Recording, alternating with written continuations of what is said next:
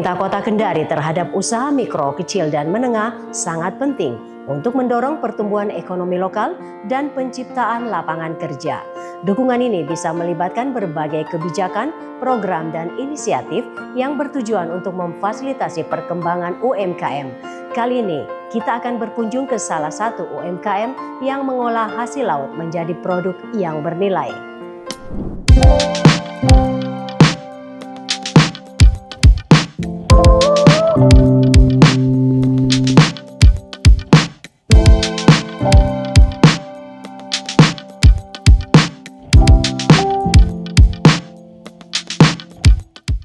Pemirsa, sekarang saya bersama Ibu Hairana Amin, Ketua Kelompok Pengolahan Ikan Citra Permata Kendari. Sejenak saya akan berbincang-bincang dengan Ibu Hairana. Apa kabar, Bu? Alhamdulillah baik. Baik. Bagaimana usahanya ini? Lancar? Alhamdulillah sudah saat ini tidak seperti lagi tahun-tahun lalu. Lancar ya, Bu? Lancar dan berbagai macam produk. Alhamdulillah. Apa yang menginspirasi Ibu Hairana untuk memulai usaha pengolahan abon ikan ini? Ya, tentu awalnya sebenarnya kita coba-coba. Awalnya mencoba karena pada waktu itu belum ada sama sekali yang membuat abon ikan. Kemudian kita coba dan alhamdulillah bisa sampai saat ini. Walaupun sebenarnya awalnya itu cuma abon ikan cakalang, ya. Seiring dengan berjalannya waktu, rupanya abon ikan itu disambut baik sama masyarakat. Sehingga kalau tadinya hanya abon ikan tongkol, sekarang sudah sekitar 11 jenis olahan di industri kami. Dan abon ikannya khusus abon ikan 3 jenis, abon ikan marlin, tongkol, dan tuna. Sejak kapan usaha abon ikan ini dimulai, Bu? Dia sebenarnya dari tahun 2002. Iya, jadi sudah cukup lumayan lama. Tahun 2002 itu waktu itu kami mulai sebenarnya boleh dibilang jalan tempat. Karena apa? Masih seperti kendaraan, HP. Itu kalau dulu kan bukan di sini, Bu, di Kelurahan Mata sana. Nah, tempatnya, iya, bukan jembatan. di sini, awalnya. Awalnya iya. Di Kelurahan Mata, ada rumahnya saudara di situ. Dan mobil itu cuma sampai di jembatan. Jadi makanya kita coba-coba awalnya. Setelah bagus saya pindah di rumah orang tua di Kelurahan Purirano ini. Tapi waktu itu masih Kelurahan Mata juga, belum terpisah. Setelah waktu itu juga sangat terbatas alatnya. Kita cuma pakai lilin, terus kemudian pakai kompor minyak tanah. Alhamdulillah seiring berjalannya waktu kami dikenal, dibina dari kantor perikanan pro perindustrian. Ya alhamdulillah diadakanlah pelatihan-pelatihan sehingga ya hasilnya sekarang bisa begini. Apa ada keterampilan khusus untuk membuat abon ikan ini, Bu? Awalnya memang kita dilatih. Jadi pelatihannya ada? Ada pelatihannya dari kantor perikanan provinsi. Waktu itu. Iya. Tahun 99. Jadi kita dilatih itu sekitar 50 orang. Sekitar 50 orang di kantor Kelurahan Mata. Kemudian setelah itu yang melanjutkan itu cuma saya. Cuma Ibu dari 50 itu? Dari 50 orang itu saya lanjutkan karena memang waktu itu yang namanya HP tidak ada. Saya lanjutkan itu terus kemudian kita mengadakan iklan itu di koran. Jadi dari koran itu, dari dinas yang melatih saya, dalam hatinya mudah-mudahan ini yang menjual abon ini yang pernah saya latih, yang pernah saya bina. 7 tahun kemudian, Bu, saya ketemu dengan pelatih saya yang pernah melatih saya. Saya buat semua di rumah itu dengan apa adanya. Alat saya punya sendiri. Belum saya tahu yang namanya meminjam atau apa, bermohon di kantor. Jadi semuanya saya punya alat sangat sederhana. Saya kumpul ibu-ibu 5 orang dan itu kita buat sendiri. 7 tahun kemudian ada pelatihan LSM dulu itu, kita dikumpul di Desa Lalongga Sumbe itu. Kebetulan juga pematerinya dari perikanan provinsi. Di situ saya ketemu, Bu, padahal kita satu kota. Besoknya, lantaran senangnya dia gembira bahwa ternyata abon ikan yang dipromosi koran ini yang pernah saya latih. Besoknya mereka datang, dia tanya saya, "Ibu mau apa?" Langsung, Bu, alat. Semua ada, meja, kompor, apa segala ada. Lengkap ya? Lengkap. Jadi ya alhamdulillah waktu itu yang tadinya itu sedikit-sedikit berkat bantuan mereka, ada meja, ada kompor, ada blender, apa segala. Iya. Alhamdulillah dengan cara seperti itu karena mereka senang. Jadinya berkembang ya, seperti sekarang ini ya. Iya. Iya.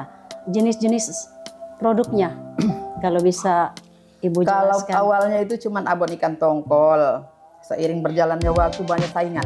Jadi setelah ini saya punya produk dikenal, rupanya dinas itu melatih sampai ke pelosok, sehingga muncullah saingan-saingan. Iya. Muncullah saingan-saingan. Saya bilang kalau kita tidak inovasi ini, kita tinggal diam nanti. Jadi ini supaya ada pilihan, ada tongkol, ada marlin, tuna. Kemudian kita inovasi, ada keripik udang, terus ada keripik ikan teri, ada stik keju itu pakai ikan itu, Bu. Jadi semua bahan-bahannya berbahan dasar, ada keripik cumi, ada udang, ada ikan. Jadi seperti ada bagea sama baruasa itu juga pakai abon ikan, cuman habis ini. Bagea baruasa ada? Bagea baruasa ada, pakai abon ikan marlin. Saya baru dengar itu, Bu. Iya, makanya saya juara 1, Bu. Ini dari Pak Wali Kota. Saya juara karena waktu corona saya sempat inovasi. Saya juara 1, ada lomba UKM rumah sehat istilahnya. Alhamdulillah saya juara 1 karena inovasi saya itu. Iya. Berapa tenaga kerja yang Ibu pakai dalam produksi abon ikan ini? Kalau dulu itu 10 orang. 10 Masih orang. Terbatas. 10 orang, bahkan pernah 15 orang. Cuman kan seiring berjalannya waktu kita sudah artinya kita sudah tahu kalau terlalu banyak tenaga kerja juga kan justru dia berkurang ya, Bu? Ya, dia berkurang. Terus kita punya produk itu seperti abon itu ditargetkan. Jadi bekerja itu tidak banyak waktu luang dan tidak terlalu banyak terbuang begitu. Kita semuanya punya perhitungan. Iya. Iya. Maksudnya pengurangan tenaga kerja itu diganti dengan alat-alat, dengan bantuan-bantuan dari pemerintah. Iya, karena sebelumnya kan seperti ikannya itu disuir, pakai tangan. Mesin. Nah, terus kemudian itu tadi spinner itu kan kita sangrai, waktunya lama. Jadi kita beli mesin, terus mesin suir itu untuk mempermudah supaya jangan pakai tangan itu ikan disuir. Ya kita adakan juga mesin. Selanjutnya bagaimana proses pembuatan abon ikan ini dari awal hingga menjadi kemasan? Iya. Jadi kalau seperti pembuatan abon ikan ini, awal itu mulai jam 7 pagi ikannya diantar ke sini. Kemudian karyawan saya datang itu setengah 8, jam 8 dia bersihkan. Saya sudah dibersihkan, direbus, kasih garam sama kunyit. Kemudian setelah dia matang ditiriskan, dipisah tulang dengan daging, kemudian disuir pakai mesin tadi. Sesudah itu dicampur santan sama bumbunya, lalu diaduk sampai kering, kemudian digoreng pakai minyak, kemudian di spinner. Setelah di spinner itu didinginkan, kemudian dikemas, jadilah seperti ini. Jenis abon ikan ini kan ada 3, Bu. Iya. Ikan tongkol, ikan marlin, sama ikan tuna. Iya. Dalam sehari ini apa bisa diproduksi 3 jenis ikan ini? Jadi kalau di sini berbeda-beda. Jadi kalau misalnya kadang-kadang 2 hari berturut-turut tuna, 1 kali produksi itu 100 kg. Iya, itu tuna. Iya, tuna. Terus kemudian besoknya lagi tongkol. Terus kemudian besoknya lagi marlin. Jadi harus ada terus karena konsumen itu sudah tahu. Dan di sini mereka itu senangnya datang ke sini, ada pilihan. Ada pilihan dan selalu ada stok. Iya, harus, Bu. Iya. Setiap tidak boleh tidak. Iya. Harus siap terus dia punya produk. Oke. Selanjutnya, apa yang membuat abon ikan Ibu berbeda dari produk serupa yang ada di pasaran? Ciri khasnya? Saya tidak tahu ya, alhamdulillah sudah dari sekian mungkin dari tahun. testimoni konsumen ada ya. Pembeli kita kasih bonus-bonus, kemudian rasa begini, berkunjung begini kita kasih dia rasa. Terus kemudian kalau dia sudah rasa, kalau seperti abon marlin ini pasti dia beli. Dan kebanyakan kalau seperti anak-anaknya kuliah atau mau umroh, mau haji, kebanyakan ambil itu di sini. Dan mereka itu kebanyakan kiloan, lalu minta tolong dikemas kecil-kecil. Iya. Jadi dari ketiga abon ini, ikan tongkol, ikan marlin, sama ikan tuna, yang paling laris ikan marlin ya, Bu? Yang ini? Kalau ini juga dia laris tapi agak mahal. Jadi hampir semua rata-rata 3 macam ini sama. Tapi ini yang paling enak. Iya. Yang paling enak marlin. Iya, iya. Mungkin Ibu bekerja sama dengan nelayan atau komunitas nelayan untuk mendapatkan bahan baku. Ya, kalau sekarang sudah kerjasama. Iya. Jadi di Pelilangan itu karena mereka juga sudah lama kami kenal, jadi mereka tinggal menelpon mau ikan apa. Oh, hari ini misalnya, jadi tinggal saya lihat abon apa yang kurang. Kalau misalnya tongkol yang kurang ya minta tongkol, kalau misalnya tuna yang kurang ya tuna saja hari itu. Terus kemudian kalau marlin, karena ini ada juga yang ambil gelondongan ini. Iya, dia kemas sendiri tapi tetap pakai nama saya. Jadi seperti Mubarak Lombe itu, di situ dia punya kemasan, saya punya kemasan, dia yang bikin cuman atas nama saya. Jadi di situ kalau kita lihat dia tulis di packing, diproduksi oleh Citra Permata Kendari, di packing oleh Mubarak Lombe. Oh, seperti itu. Iya, iya. Cuma itu satu-satunya toko oleh-oleh yang terbesar itu di Sulawesi Tenggara khususnya. Itu yang saya bilang terbesar karena sudah ribuan jenis di situ olahan UKM. Bagaimana dengan pengepakannya, Bu? Apa dibuat sendiri atau? Kalau kemasan? Iya, kemasannya. Iya. Kalau kemasan seperti ini rata-rata dipesan dari Surabaya dengan Makassar. Iya. Jadi kecuali yang seperti ini, yang putih ini. Ini kalau kita ke Gurdangan kita beli ini dan stiker kita tempel. Tapi kalau yang lain-lain ini semua jadi Surabaya, kemasan ini masih diproduksi di luar. Iya. Belum ada di dalam Kota Kendari. Kota Kendari belum. Dan UKM itu sudah lama mengusulkan itu. Cuma katanya ya mungkin belum ada yang bisa. Tapi saya kira ke depan itu akan ada karena kantor dinas-dinas ini dia mengupayakan supaya ada rumah kemasan. Iya, rumah kemasan. Iya. Kalau masalah pemasarannya, Bu?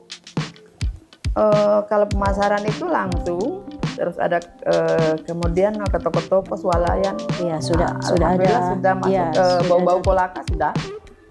Oh, sudah sampai keluar ya? Sudah sampai keluar Kota Kendari. Iya. Jadi bukan hanya di dalam Kota Kendari saja. Kalau di media sosial, apa dipasarkan juga lewat media sosial, Bu? Ada juga. Ada. Iya, kadang-kadang saya posting. Iya, kadang-kadang mungkin mereka itu dapatnya ada oleh-oleh. Kadang-kadang ada penelpon dari Surabaya, dari Jakarta, tanya-tanya ini produk minta dikirimkan. Cuman kalau dia sudah bilang jam momente, saya sudah berpikir dia salah ini. Ternyata dia beli di Mubarak, dia minta dikepackingkan lalu dikirim. Jadi saya telepon lagi Mubarak, ini ada penelpon begini, minta abon marlin, rata-rata marlin. Apa tantangannya? Tantangan yang Ibu dapati sepanjang usaha Ibu ini? Ya sebenarnya tantangan apa ya? Saya tidak terlalu bisa sosial media. Saya tidak terlalu bisa, boleh dibilang gaptek. Kendalanya itu, Ya kendalanya itu, terus kemudian masih modal kerja. Karena begini, kadang-kadang kita itu misalnya minta bantuan modal dari bank. Tiba-tiba rencana awalnya itu modal kerja. Sementara kita berjalan ada untuk investasi, misalnya perbaikan rumah atau alatnya yang kurang, itu kendalanya. Sehingga yang tadinya untuk modal kerja dia terbagi-bagi, otomatis kita menunggu. Sementara kita punya modal kerja seperti Abun tidak sedikit. Jadi satu kali produksi begini minimal 4 juta.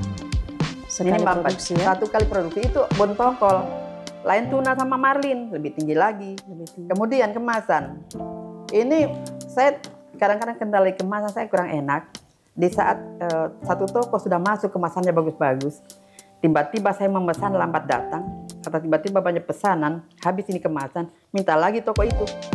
Otomatis saya izin dulu, saya harus kasih tahu dulu, karena saya tidak mau langsung bawa dengan kemasan model lain, nanti dia tidak terima. Walaupun sebenarnya ini lebih mahal dari yang itu. Jadi harus saya izin dulu. Kalau mau kemasan begini, kemasanku belum tiba. Oh ya, enggak apa-apa, yang penting rasanya. Iya. Alhamdulillah mereka bukan hanya memilih kulit, tapi juga isinya. Iya. Jadi kendala utamanya ini dari segi kemasan. Kemasan dan modal. Karena ini tidak murah ini, Bu. Tidak murah. Dan dia tidak boleh kemasan ini, cuma 1000 lembar. Ada ketentuannya. Selanjutnya, apa ada rencana untuk lebih mengembangkan usaha Ibu ini lagi? Pasti ada. Cuman itu kendalanya di permodalan, masih modal. Modal. Iya, karena kita menuju ke suatu tempat atau kita punya mimpi seperti sekarang ini. Jujur Bu, saya punya toko di kota. Dari Disnaker itu kita UKM yang sudah dianggap mampu, kita diberi toko di Kelurahan Sanua. Sebelum pelelangan, kalau dari sini ada beberapa rumah di situ, catnya putih, atapnya biru. Cuman apa namanya, kita masuk di situ kan berarti kita harus siap. Kita harus siap. Sementara ini masih terbatas sekali. Kita pesan-pesan kemasan 1000, 2000 lembar. Iya, jadi toko-toko saja kadang kita kewalahan, apalagi buat toko. Bagaimana tanggapan masyarakat atau konsumen terhadap hasil produk dari Citra Permata Kendari ini? Saya kira alhamdulillah mereka juga tidak, karena apa? Masyarakat itu menyambut baik, namanya pemerintah menyambut baik karena satu-satunya industri abon ikan Citra Permata Kendari ini yang bukan saja menerima tamu dari dalam kota, tetapi kalau ada tamu-tamu kantor dibawa di sini. Dan seperti saya Bu, bukan hanya punya industri, tapi saya juga aktif di PKK. Iya, jadi alhamdulillah perhatian pemerintah. Baru-baru ini berkunjung Ibu Ketua PKK Pusat, Ibu Tito Karnavian. Berkunjung ke sini ya merupakan satu kebanggaan bagi kami, dan kami juga sering ikut lomba-lomba, alhamdulillah selalu juara-juara. Jadi saya di sini tahun 2002 saya sudah juara tingkat nasional, juara harapan tingkat nasional saya. Jadi memang mungkin kelihatannya saya di ujung atau di hutan. Iya. Tapi kalau keluar ya sudah lomba PKK ya Bu itu. Lomba PKK, lomba industri, lomba kelompok. Iya. Jadi alhamdulillah sudah, kalau misalnya yang seperti itu sudah, saya kira kalau seperti sudah tidak ya sudah lumayan lah. Lumayan. Iya. Oke. Selanjutnya, bagaimana peran pemerintah dalam mendukung usaha Ibu ini? Luar biasa. Luar biasa pemerintah, cuman kan UKM-ku bukan sendirian. Iya. Otomatis tidak selamanya saya dibina, tidak selamanya saya diberi bantuan. Iya, banyak yang lain. Nah, kita juga menunjukkan mereka bahwa kami bukan hanya sendiri. Jadi kalau kita hari ini mungkin tahun ini dapat, 5 tahun kemudian baru dapat lagi, tidak apa-apa. Karena kita kan bukan sendirian. UKM itu banyak. Betul ya. Bagaimana omsetnya? Omset dari pengolahan ikan yang Ibu rilis ini? Kalau omset saat ini masih naik turun, tapi kalau dirata-ratakan sekitar 30 sampai 40 juta per bulan. Cuman kan kendalanya itu tidak ada yang cash. Toko itu ambil kan tidak dibayar, jadi berputar juga. Iya, seandainya semua cash, tidak meminjam lagi di bank. Iya. Oke Bu, mungkin Ibu bisa berbagi tips-tips kepada pemirsa, siapa tahu ada yang tertarik untuk mengikuti jejak Ibu Hairana ini. Banyak yang tertarik Bu, cuman kayaknya orang cepat bosan. Iya, itu lagi. Sementara yang namanya kita memulai itu lebih berat daripada mempertahankan. Itu. Jadi kadang-kadang orang memulai itu, di saat saya mulai naik Bu, abon ini dikenal puluhan Bu, teman-teman ini. Yang pengen puluhan teman-teman yang memulai. Sempat saya ciut Bu, modal saya tidak ada. Baru teman-teman ini sudah dikirim. Kan pemerintah itu kalau kapan ada yang muncul dikirim lagi pameran di Jakarta. Saya khawatirnya waktu itu saya dikirim, rumah produksi saya tidak ada. Bagaimana kalau permintaan banyak? Lantas mereka datang di sini lihat di mana ruang produksi saya, di mana alat-alat saya, di mana kemasan saya, kan begitu. Iya. Jadi kalau misalnya tips-tips seperti itu, memang kebetulan di sini kan rumah pelatihan sebenarnya. Di sini ini P2MKP dari Pusat Perikanan. Dari P2MKP itu Pusat Pelatihan Mandiri Kelautan Perikanan. Saya itu sebenarnya sudah berjalan dari 2014. SK-nya 55 tahun. Cuman karena waktu itu Presiden masih Pak Jokowi, masih Pak SBY, masih berjalan 2 kali. Jadi itu kita melatih, kita membina itu setiap kali pelatihan itu 20 orang. Itu didanai dari pusat. Karena memang kita ada SK, ada dibuat dari pusat. Terus kemudian tim supervisornya itu dari Ambon. Jadi kita melatih itu setiap kali 20 orang. Mereka itu pelatihannya 5 hari. Dan itu yang sebenarnya SK yang saya punya. Tapi pelatihan-pelatihan yang lain juga biasa di sini. Cuman kan kalau dulu itu didanai pemerintah, sekarang kita harus disuruh danai sendiri. Mau ambil modal dari mana kalau begitu. Jadi tipsnya itu harus mau memulai, sabar dan kerja keras. Tekun dan kerja keras. Karena kalau hanya seperti jamur, kita akan tumbuh seperti jamur, sudah itu di saat mungkin ada saatnya kita mati lagi. Alhamdulillah Bu, ini Citra Permata ini dari tahun 2000 itu, ke 2010 itu banyak sekali abon, bahkan sudah pinjam pengatas segala, macam-macam membuat abon. Tapi alhamdulillah sampai saat ini mungkin kalau dibilang jalan di tempat kah atau bagaimana kah, tapi masih dilihat, masih, dan alhamdulillah sudah dikenal. Jadi kadang-kadang itu di Pulirano ada itu abon di sini. Nah makanya kita inovasi supaya mereka datang jauh-jauh, jangan hanya abon dia beli. Tapi ada bakso, ada nugget, ada otak-otak. Terus kalau misalnya lebaran ya ada kue, ada kemasan kilo-kiloan. Bukan hanya yang kemasan begini, ini kan untuk oleh-oleh. Tapi kalau mereka datang yang kemasan itu banyak dibutuhkan, ya itu kilo-kiloan itu, seperti lebaran. Jadi karyawan saya juga tidak istirahat. Ya saya upayakan mereka supaya bekerja terus. Karena ada saatnya kita butuh, ada saatnya seperti mau lebaran, bulan lebaran haji, bulan puasa itu ada saatnya kita memang kerja berat di kerjaan. Karena produksinya lebih banyak ya? Lebih banyak. Selanjutnya apa harapannya Ibu Hairana ke depan? Harapan saya apa ya? Jangan hanya saya, kalau bisa ya ke depan saya ingin punya toko. Saya ingin punya toko atau toko oleh-oleh yang minimal saya bisa rekrut semua UKM yang ada. Karena itu sebenarnya saya lihat cuma modal di rumah. Kalau ada tempat, ada rumah, UKM itu datang menitip. Itu. Saya ingin punya itu, cuman entah. Semoga harapan Ibu bisa terkabulkan. Amin. Oke, terima kasih Bu Hairana untuk waktunya pada siang hari ini. Sama-sama.